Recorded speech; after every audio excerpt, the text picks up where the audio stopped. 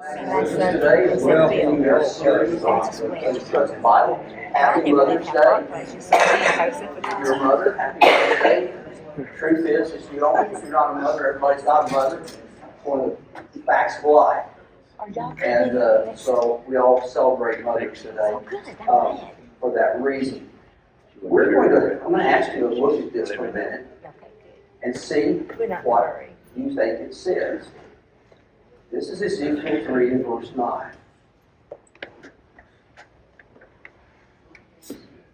What do you think that means? Greek to me. It's Greek to you. Actually, it's Hebrew to you, but it's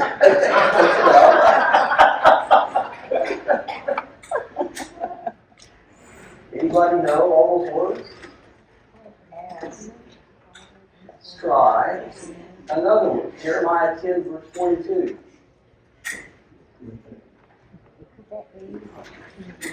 You know all those words? No, that's a different passage. What about that word right there? What do you think that means? It's an implement. Okay, it's an implement. Okay, let's try it. The next one.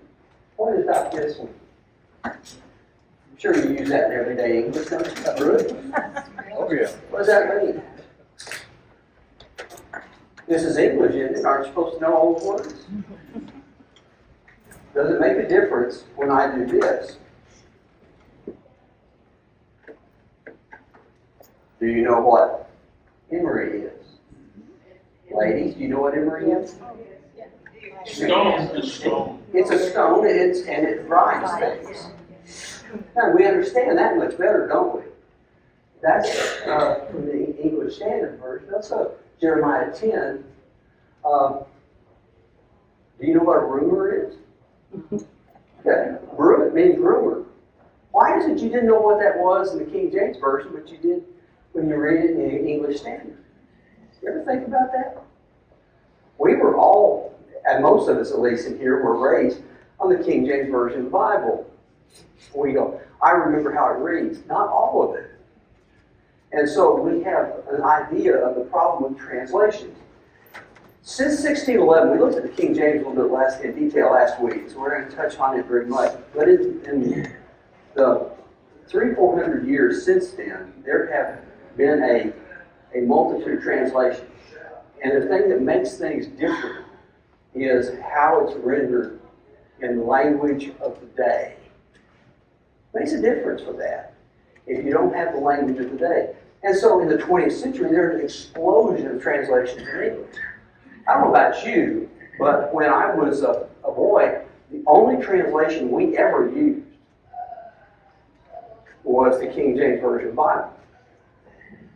When I was 6 years old, and I won a Bible for giving me 66 books of the Bible, and I don't know something else. And it was the King James Version. Still have it, don't use it. That's the problem. But you can always keep stuff like that. And so was well worn. The problem was that in the 60s especially, it seemed like there was this swirl of new translations that came in. And every one that came in faced the same trials. It doesn't sound like what I'm used to. And we say, I don't think we ought to have that. As like the story I told you last week, we've got the one that's authorized. Why do we need something else? And that was the statements that were kind of made during that day and time. But it's interesting of what happened that took place in there. There are all kinds of versions of the Bible that came about. We're going to talk about some of them. The Revised Standard, the New International Version, the New English Bible, the Living Bible, the Oxford Bible. There's a multitude of those. They just seem like every week something different was coming out. But that presents a problem because we were used to this, the King James Version, but suddenly we couldn't read it quite as well. Think about the exercise we just used. Druid does not translate for us in our minds. Add adamant doesn't mean the same thing. Adamant basically to us means stubborn. Now I understand how we got that out of there, but that's not how we think about it. So something had to happen. Well, so with all these translations coming out, we had this bookshelf full of things. And today we have a lot more than when I was a boy, 50-something years ago. And so these translations, as they came up in the 40s, 50s, 60s, 70s, 80s, and 90s, I mean, it seemed like every decade was that way. They came up because they were discovering new things, more manuscripts. Think about the difference at the Dead Sea Scrolls must have made. Suddenly, a full gush of things that were available to scholars they never had before. And they began to read and said, this looks like we could help us translate the Bible over here. And so it kept moving in that direction. But what presents us a problem? The problem is, which one do you use? Now, have you ever sat in a Bible class where someone said, well, my version says, the guy that you don't want to read publicly, by the way, is the guy that uses the Amplified Bible. You know what the Amplified Bible is? It gives synonyms in parentheses or brackets. So it says, and he said, vocal speech, and you can go forever on that. Now, I like it. Hard to read. It was hard to read publicly, at least. We have this problem. What do you do? The problem we have is the more choices you have, the more paralyzed you become. I remember when I was a boy in Santa Fe, New Mexico, we had two things we could eat. You could eat Mexican food. I don't mean Tex-Mex, I meant something else. But you had that, or you had, down the highway, A&W root beer. If you wanted a Frosty mug, you got A&W. If you wanted something else, it was going to be Mexican. Didn't make any difference. Two choices. Then a burger joint put into town, not McDonald's. Suddenly we had three, but it's still two of them just had burgers. So it was easy. Where do you want to eat? Three choices. Pick one. You know what happens today, don't you? We get in the car, and we used to do this. I would ask my wife, where do you want to eat? I don't care. Translate. This is what I'm translating. Translate that. It says, I don't know. See if you can guess what's in my mind. I said, what about Chinese? Well, the Chinese places we like, they're too expensive at night, so we need to go somewhere else. Well, how about burgers? We had burgers this week already. Well, what about Mexican? Well, that's Sunday. And we go through this, and we have all these choices and we can't make one. That's the problem. We solved that problem, by the way, here. I did. We get in the car and we start driving to go to dinner, and we're about 3/4 of the way from wherever we're going to go. And my wife turns to me and says, where are we going? I said, we're going here. Is that okay? And she goes, yeah, that's fine. I should tell her. It's a great thing. It's the most miraculous thing I've ever had in my life when I discovered it. Don't try to read her mind, just tell her what she ought to be thinking. It doesn't work all the time, but it does. But we have this problem. How do you deal with all the translation problems that we have so much of it? The question is, which one are you going to read? What are you going to sit down and say, when I want to hear what God has to say, which one is going to give me that? The purpose of this lesson is not to do one thing, and that is, it is not a book review. I am not going to give you a detailed description of every translation that's been put out in English in the last 150 years, unless you like to be here until next Mother's Day. And then I get the same problem. I give you so much information, you go, I don't know what to do now. We'd be back at square one. So this is a brief overview. What I am going to try to do with this lesson is to give a yardstick. How do you measure things? When you pick up a translation, how do you measure that to find out if that's the best thing to use or not? Or how is that going to affect what you're about to do with it? That's an important thing to do because it's important to know how to make a decision more than it is to make the decision. And hopefully by the end of the lesson, you'll at least have some guidelines for that.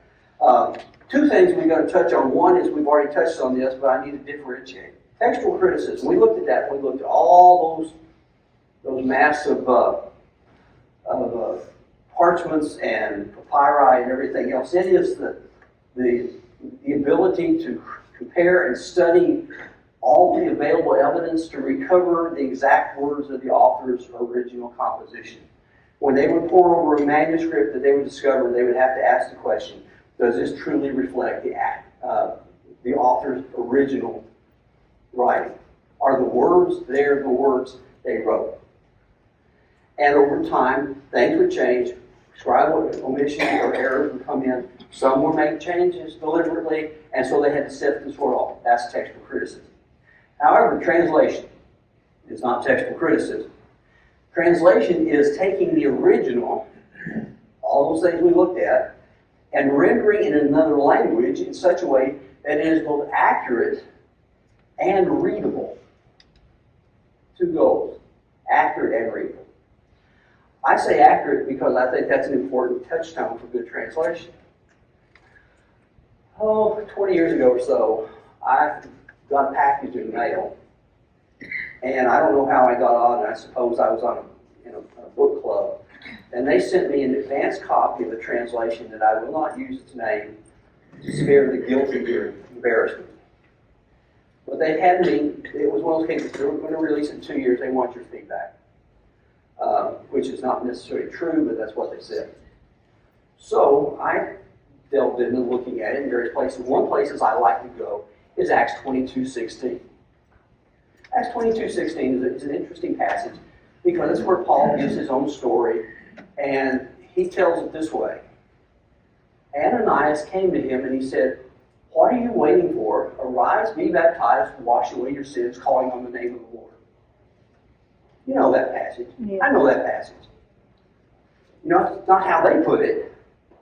They put it this way. What are you waiting for? Call on the name of the Lord and pray. And then you can be baptized because your sins are taken away. Does that change things? Now, I've been across tables where we've had those discussions. And I realized what the purpose of that translation was to make a statement or a doctrinal position that was not there. It had to be accurate. That one was not accurate. It also has to be readable. Think about the King James. It's very accurate, pretty much, except for you can't read all of it. It's hard sometimes.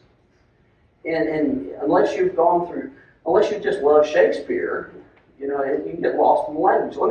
There are some good things we'll talk about the King James in a minute, but there are some troubles making translations.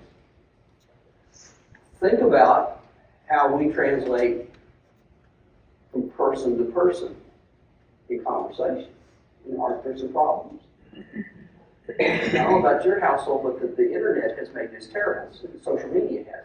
And that is, people are reading something, so they have something in their mind, but they haven't given you the context of what they're reading. And they start off and they start this way. What do you think about Sally? Sally who? You know, Sally. Well, what about it? Well, what she said. What did she say? Now, we have that conversation in my household about 12, 15 times a day. My wife blames it on my hearing loss. That's a good excuse.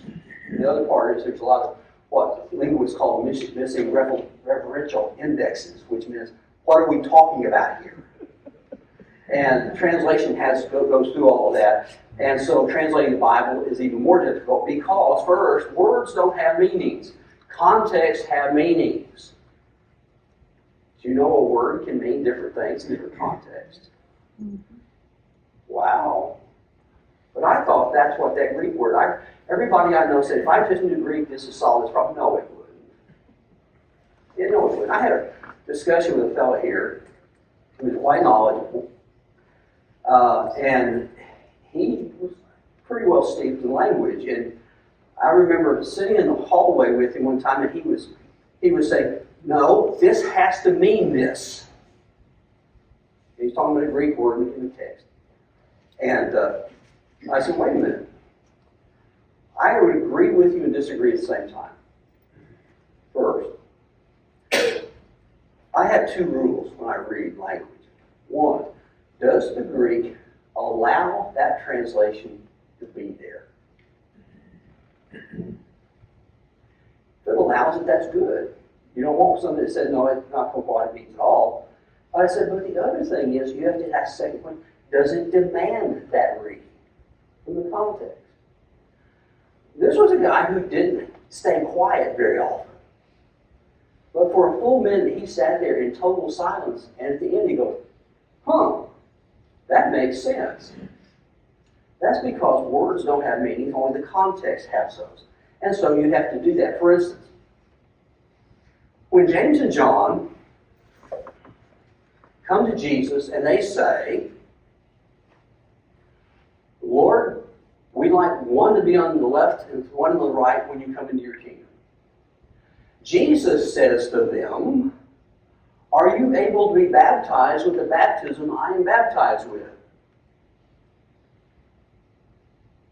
Are you aware that the word baptism does not have water in it?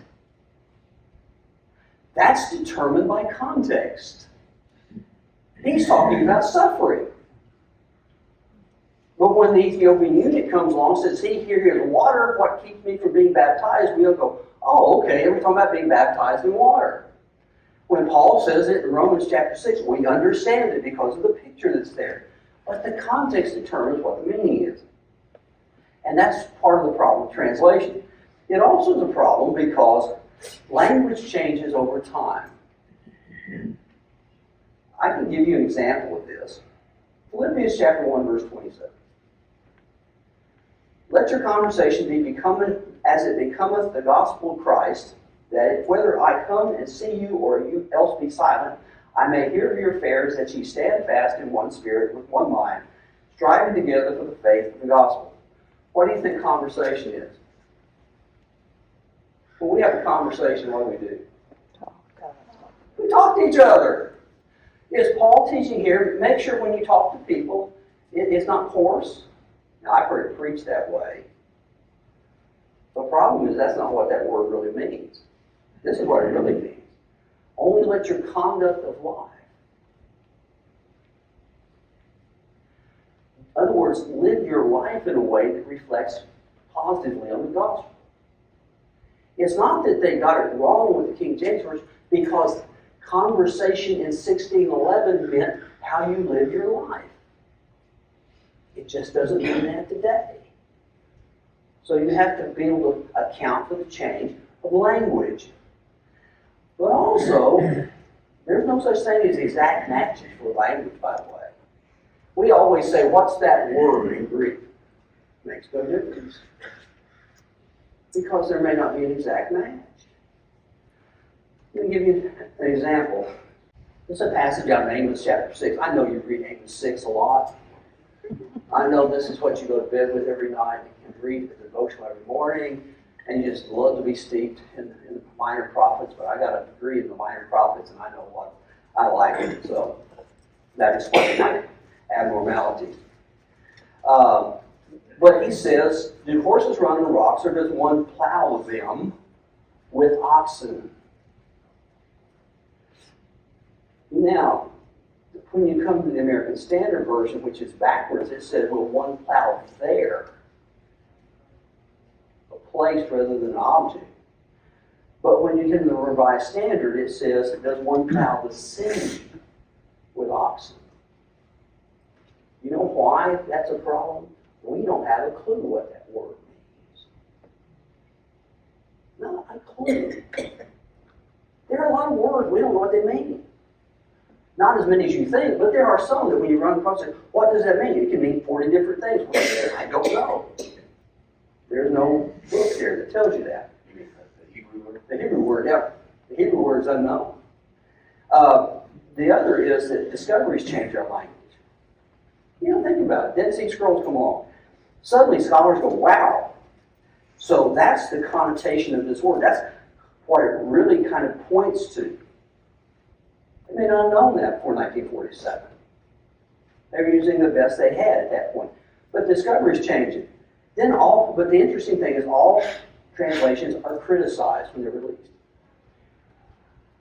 When I was in college and they began to release modern translations, I remember reading in various Brotherhood papers, somebody doing just a blistering critique of the newest version, how it has departed from the faith and destroyed things.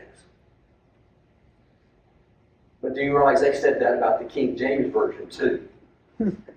Every version that comes out, there's somebody willing to line up to say, I think this is the tool of the devil today. And it's not. It's just different.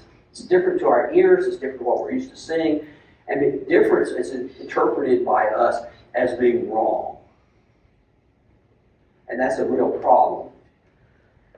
So how do you translate? There are three approaches. Now I'm going to present to you today briefly, just so you understand the deal with it. First of all, there's word for word, very literal. What does that word mean? If you go to a lexicon, you look it up, this is what it means. We plug that word right in there. Now, word for word is great, except when it's not. The word baptism is a good reason.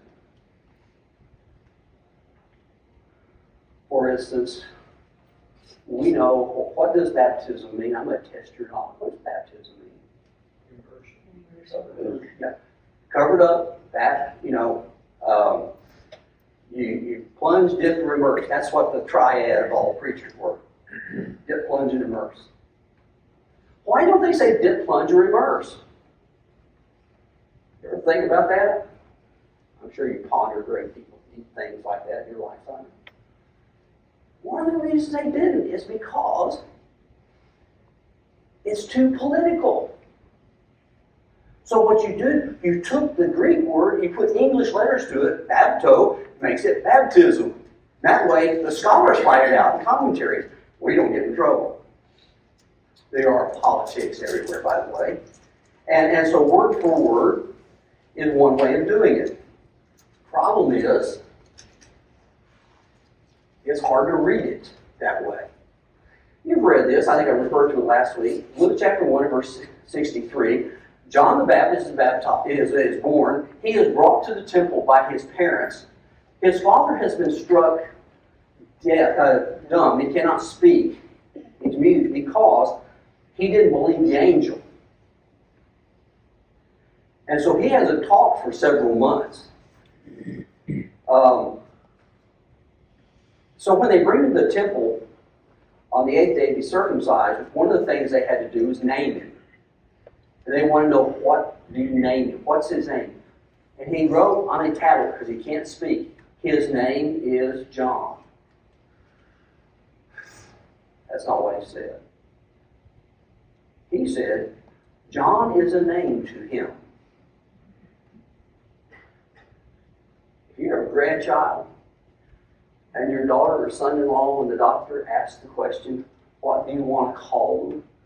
Please don't let them say, a name to him is, or a name to her is. They're going to think you're nuts. That's how they said it. But so you have to not put word for word. You have to do something else to make it readable. Again, accurate and readable. This one. Before Gethsemane comes, Jesus says to Peter, you and everybody will scatter. And before the cock crows, you will deny me 3 times. Peter's response is this, according to the New American Standard Bible, even if I have to die with you, I will not deny you. Sounds good, doesn't it? Probably kind of milquetoast. Not what Peter said. If you, in the original Greek, if you wanted to put something with great emphasis, you use a double negative. In English, you do that, you fail English. Your English teacher will go, what did I miss in this class with you? But that's how they did it, to make it stronger. And so what this really says is, I will never, ever, under any circumstances, under heaven, no matter what happens, I will never, ever, ever deny you. That's what he says. You don't put that in English very well. That's the force of it. It makes a difference when you realize how adamant, there's that word again, how adamant Peter really was with this. But the other is paraphrase, which means I'm going to put it in the language I think it needs to be in. Now, all preachers do that, whether you like it or not. I have a whole Bible in my head called First Robert. And when I quote Scripture, I will quote it based upon what comes out of my head. And everybody's okay with that, unless I say something really dumb, which happens on a regular basis. But paraphrase is, it's very readable because I'm going to put it in the way I would talk. But it may not be completely accurate. And so the middle ground in that is called dynamic equivalence. Dynamic equivalence says, what is the writer trying to say when he says those words in a way that we can understand? What's the equivalence? Dynamic equivalence is important because not everything translates, especially culturally. In Africa, there's a group of people that the Bible translators went in, the way a Bible translator goes into a foreign country. Some of them don't have any written language, by the way. So they have to develop one for them so they can translate the Bible in their language. You have to listen to what they say, write it all down the way you want to write it, teach them that language, and then put it back. There's a language, they translate John 1, where John sees Jesus coming. And he says, behold, the Lamb of God who takes away the sin of the world. That's not how they translate it. Behold, the pig of God who takes away the sin of the world. You know why? Lambs aren't used that way. They're not used sacrificially in that culture. Pigs are. Boy, we don't want that in our language, do we? But that's called dynamic equivalence. Now, there's this continuum, and you can look at this chart, and you go word to word, starts at interlinear, which is really hard. It's good to use, but it's hard to read. And then you go through all the things down there as they go from word to word, thought to thought. I like this one better, frankly. First of all, it's colorful. I like color better. But word for word, it's like a meter of thought for thought, paraphrase. And all along the line there, you see various versions or translations that have been taken place over the years. And it's an interesting idea. All are not exactly alike. So what about let's just hit some highlights. King James Version, we talked about at length. It has some good things in it, but it had the problem of it didn't have modern discoveries. The good thing I like about it is, when you read a King James Version, it will tell you the difference between singular and plural second person. Now, we take care of that in Texas, by the way. Yeah. When I'm talking to a person, it's you. When I'm talking y'all. We got King James big, folks. It's easy. But not everybody is as erudite and as high spoken as we are, so they have to know. When I was in Greek class in college, when you got stumped on whether it was singular or plural, it's easy to do. The cheat sheet was to go with the King James Version. If it said ye, it meant y'all. If it said thou, it meant you. We knew what to do. To the point that teachers begin to say, do not use the King James Version to check your work. Kind of an interesting idea. The American Standard Version came out in roughly 1901. It had a strong textual base, but the problem with it is it was strong in Greek but weak in English. It was it was more literal. When you look at literal, it's hard for syntax in English to work well. Plus that's in 1900, so things were different. But this was the version all the preachers I knew when I was growing up. I didn't have one because what I learned when I was in college is if you want to be official preacher of the Church of Christ, you have to buy this special American Standard Bible this thin. It's got charts in the back, all that stuff. I mean, it's perfect for the guy who doesn't want to study. He can get up there and go, let's turn the maps here. Oh, there we go. There's the chart. We preached that one today. Don't laugh. I know people done that. And everybody carried one. It's the American Standard Version. because it's right, it's accurate. And so that's what everybody did. And then in the 40s and 50s, the Revised Standard Version came out. And the reason for it coming out was a lot of discoveries took place between 1900 and 1950. Manuscripts galore came about. Archaeological discoveries that told us what the language meant. And so it took advantage of these newer discoveries, but there's still some inadequate reading. Politics still is a problem. By the way, both of these, and there's most of these we're going to talk about, are products of the committee. And the New American Standard Bible was put out by the Lockwood Foundation, California, in 1995.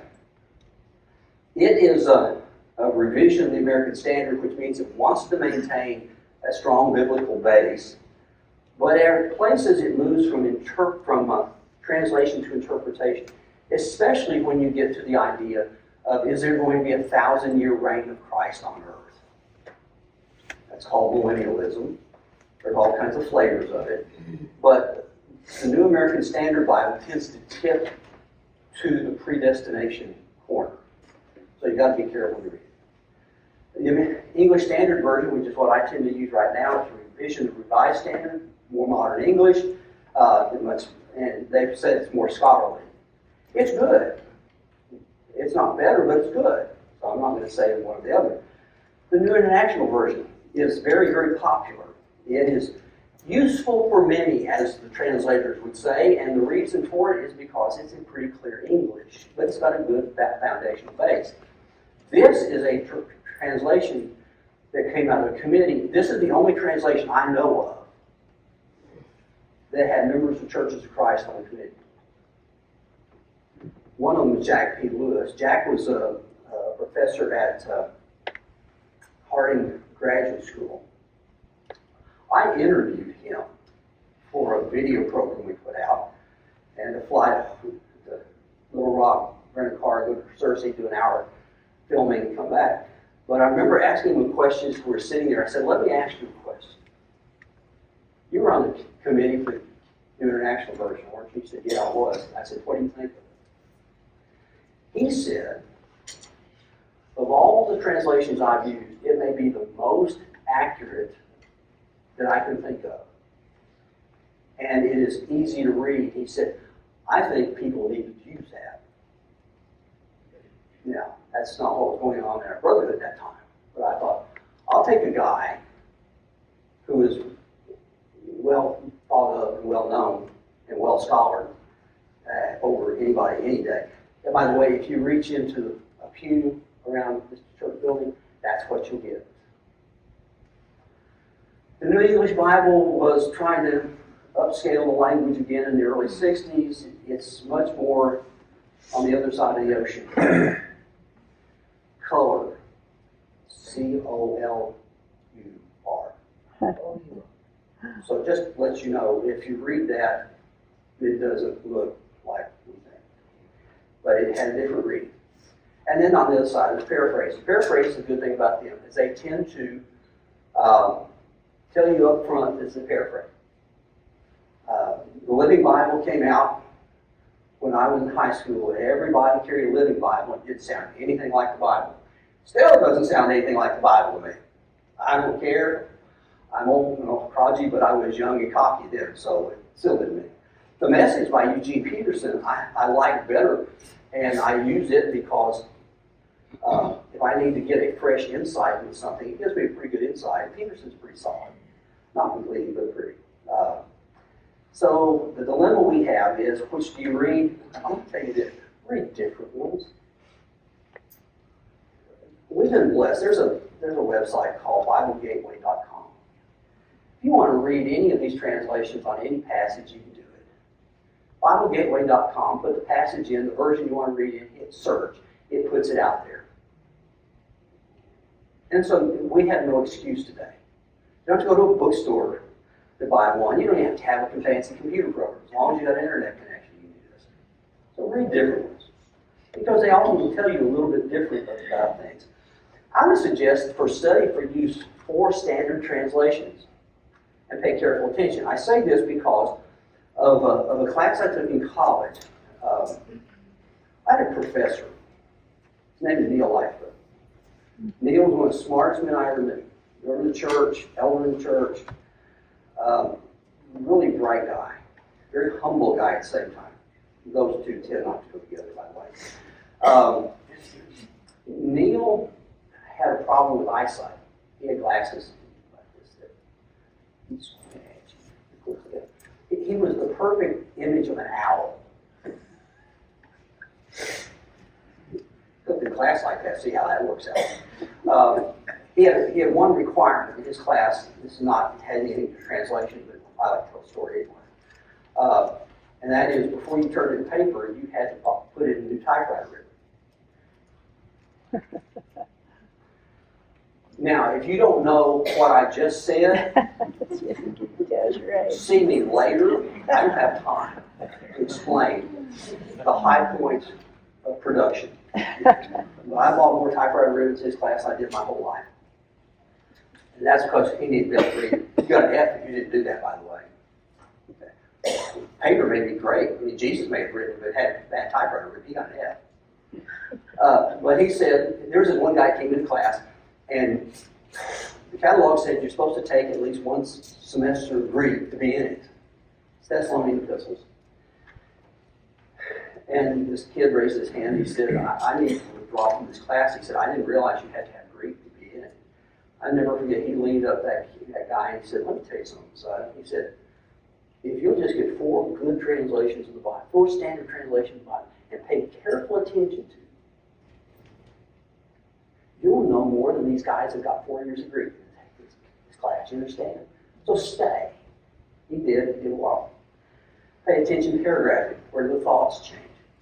Not all translations change the thoughts in the same spot. Why? Differences in words. Punctuation. For instance, this is what this would look like. I know it's small, but that's, you get 4 on a page, that's what it takes. This is the English Standard, the New International Version, the American Standard, and the King James. The words in blue are where the differences are. So, for instance, where the base translation here is the English Standard, but they, the New English Version, wants to talk about they are the people in the crowd, not the disciples. When they heard it, does that mean the disciples? That means people. We understand people, but they want to make sure you understood that. What does that term mean? It says they were cut to the heart. The ASV says they were pricked in their heart, and so did the King James Version. You know what word prick means? Think about a rose thorn. How that hurts. How it causes it to bleed. How you can't get it out. That gives you a different flavor, doesn't it? And then, this is an interesting thing right here. For the forgiveness of your sins. If you don't know, that's a big problem. Excuse me. For many people, it is. Look at how it's translated. The International Version leaves it for. The word can mean for, and that's fine. The American Standard says unto. Little shift. Little shift. Makes a difference. So you can find that kind of stuff in there. But if you're going to study, use a translation that comes from a committee. I kind of harped on that before because when you have to have 500 people in a room hammering out decisions, they tend to be better decisions. So most standard versions come from a committee. Now, decide what your purpose is. What are you reading for? Are you reading devotionally, or are you reading for serious Bible study? Devotional reading can be different than Bible study. You don't have to parse all the words in devotional reading. You just need to get an idea that how to deal with things. When I do the daily Bible reading, I'm doing that devotionally, by the way. But what's interesting is even devotional reading gives you good insight. And so decide what you're doing it for and pick one that will help you accomplish that goal. I'm going to tell you this. Also, read the introduction to a translation. It'll tell you why they translated things the way they translated. Understand what's in the minds of the translators. The most, outside of the prophets, the most underused part of the Bible is the introduction. Take time to read the introduction to the version you read and find out what it says. It might illuminate a lot of things. That being said, there is no God-given God-ordained translation. Anybody who tells you God just doesn't approve of this one doesn't know what they're saying. People go around saying that all the time. We've had that with folks, but there is no God-ordained translation. Even though the King James says it's authorized, it was King James that authorized, not God. God wrote the Bible, He didn't translate the Bible. But here's one last thing. Don't let somebody else do your thinking for you. Don't let somebody say, you've got to use this because that's what I use and that's the only one we're going to use. Whatever you want to use. Whatever you're going to read, whatever you can get the word from. Because if you can't read it, you can't obey it. If you can't understand it, you can't obey it. And I can teach anybody with any translation they decide they want to use. They take more. Don't let anybody do your thinking for you. Just don't read it. Study it. Delve into it. Get some ideas.